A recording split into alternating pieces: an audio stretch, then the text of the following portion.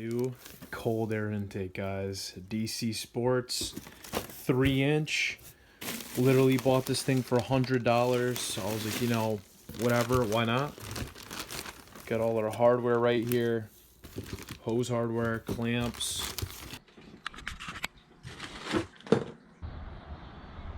So be sure to like, comment down below, and subscribe for some more content, guys. The K24 is coming along nicely. It's running pretty good lately.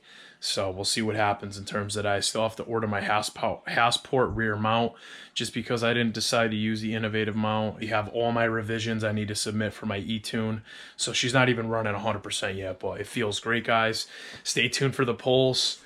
I'm going to make some videos with this, you know, the vtec, pulls, whatever I can. If there's any specific videos that you guys want to see in terms of the K24 and my Fg2, be sure to drop your comments below. Let me know what it is you want to see and take a guess what I'm going to make for power. I'm going to try to set up a dyno day. I know I've been talking about it with my K20 and never got the chance to. I'm going to set up a dyno day. Hopefully, I'm going to have just the cold air, alpha header, nice tune. Let me know what you think I'll make for power. I'm shooting for 230. I don't really know if I'm going to see that with just the alpha and a cold air, but let me know for sure on what you think I'll make. I'm more realistically thinking I'll be like 220 with like 180 torque or something like that. So drop it down below. What do you think I'll make for power? With your boy is stoked. So I basically screw this K-tuned hose. Honestly, I thought I was going to run their intake, whatever.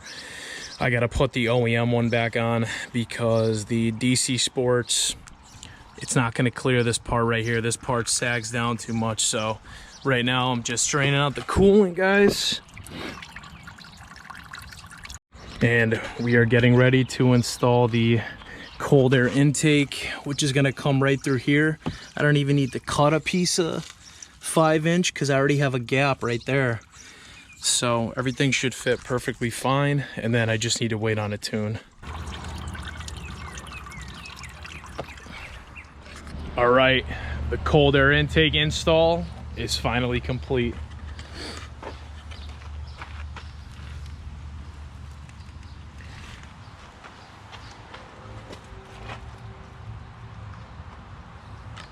So it honestly took me a lot longer than I expected, guys, because I was dealing with clearance issues because this deck sits a little bit taller than the 20. So I kept having the freaking shift lever hit the intake. So I had to keep adjusting this thing, tighten the clamp down, move it over some. And I finally got the right fitment. The only thing I don't really like, guys, is where the MAF sensor sits. It's kind of like way down there, but as you can see too, I had to take a zip tie and carefully zip tie it to this like little breather thing on the top of the trans, because when the shift fork was rotating, it was hitting the MAF. But look at that clearance. Look at that.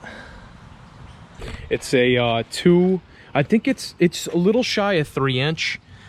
But hopefully I see some good gains with this thing. I'm currently in the process right now of getting my e-tune finished up. So you guys could see this reusable washable filter right here. I had to do this ghetto zip tie thing because the way they had this mount right here, like I said, since the deck sits taller, I couldn't fit that vibration lever onto one of the screws they provided. So I had to just do a little bit of innovation, and I had to bring this thing up. So it sits pretty stiff right now. We're currently zip tie built, which you know about it. I can't wait to see how this thing feels. Hopefully there's no CELs.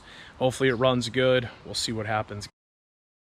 Guys, I just stopped at Napa real quick because I have to basically get that Gates hose I was talking to you about for my cold air, because right now what's happening is, I'll show you guys when I actually go to put it on, but the upper coolant hose, the OEM one, is actually rubbing against the coupler. So we got to go to Honda right now. I got to get more Type 2 antifreeze, but I'm planning out my my spot for a nice little pull, guys. I'm data logging right now. Revision number 4. VTec at $4,000 and 5,800. So let's hop on the highway here and see what she's got. Still got my EPS light on, as you guys can see. But, I mean, just forearm workout every single day, basically.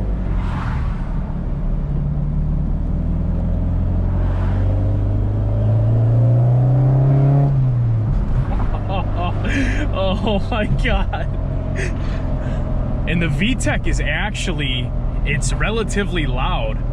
Honestly, for having a cold air intake, I thought it was gonna be nothing like the K20. It sounds like identical, guys, almost identical.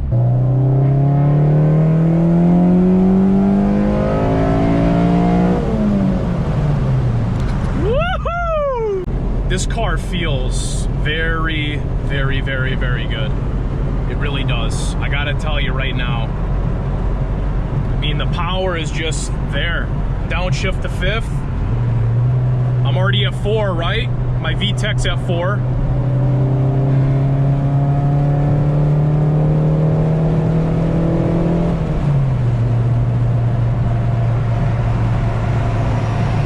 Essentially, I basically told Steve, I'm like, dude, if you can, I was like, if you can get my VTEC at like 4 grand, like, I'll be happy with that. So debating, like, depending on where the power was, he told me straight up, he's like, dude, he's like, the VTC's making power like early.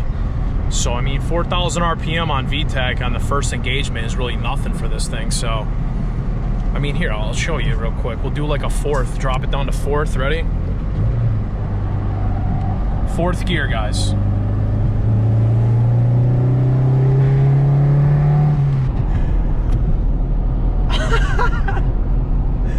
Oh my God, this thing feels, it feels great. Like, there's no other word to explain it, guys. Now, obviously, well, we'll make a K20 versus K24 different time, but the power's there all the time for you with the 24. Now I know what all the hype is about, man. You know, I did this swap not because I hated the 20, because I wanted to see what the big deal was going to be, and I've always was infatuated with the 24s and where the torque picks up and all that crap. Once I pretty much get that coolant hose fixed, I feel like it's going to help out a lot with my my intake air temps, because as you can see right now, 95. I mean, it probably stays about maybe 8 or 10 degrees over the outside temp, which is way better than a short ram. Plus, when you're accelerating, like, look at it.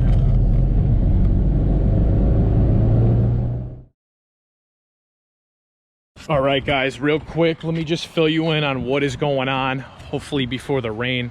As you can see, Midnight is down. She's down officially. Thing's such a turd. Nah, oh no. So basically what happened, you guys saw the